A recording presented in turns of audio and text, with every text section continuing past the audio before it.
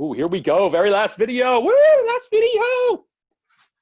All right, choosing the correct statistical test. This really isn't about chi-square. This is kind of something I'd like to do at the end of class to kind of give you some perspective on where we've been, is to kind of turn it around, because when you're actually doing statistical analyses, nobody is saying to you what the statistical test is, and then giving you data saying, use this test. No, you're gonna have to figure that out. So I'd like to at least have a section on that piece, figuring out how you're gonna analyze data and give you some strategies for making those decisions. All right, choosing the correct statistical test. What do we need to do? The big two questions are, how many variables do we have, and what kind of variables are they? Once we answer those two questions, we can start to break down what we use when.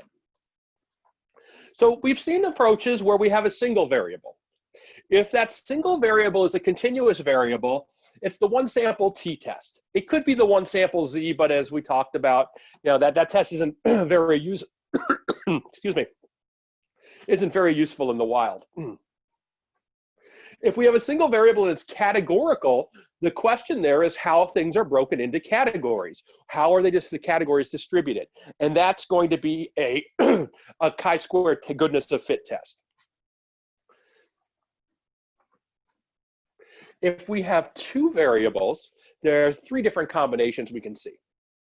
We can see one continuous variable, one categorical variable.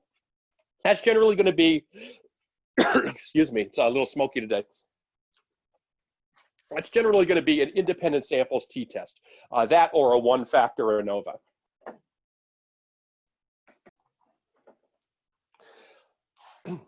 All right. We can have a situation where we have two variables and they're both continuous.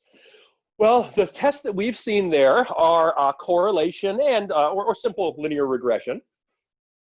If we have two categorical variables, like we just talked about, that could be a chi-square test for independence. The final two situations are ones where we have three variables. The two situations we've seen are three or more continuous variables.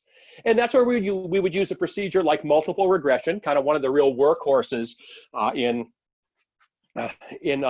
statistics, and particular in psychology. Or if we had three or more variables and one continuous and the others were categorical, then we would be talking about a factorial ANOVA, where we would be able to get at interactions and stuff like this.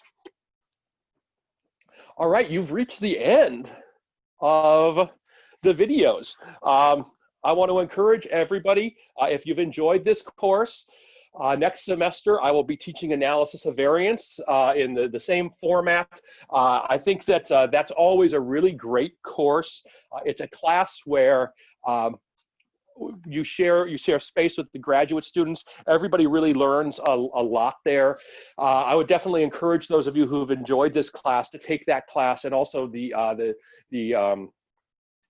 Psych 488 course. Those are offered in a rotating every other year. I would certainly encourage everyone to take those. In particular, if you have a strong interest in going to graduate school, those are really good classes. All of our students who go off the PhD programs leave here always report back that they feel like they always feel like they're among the best prepared folks in the room.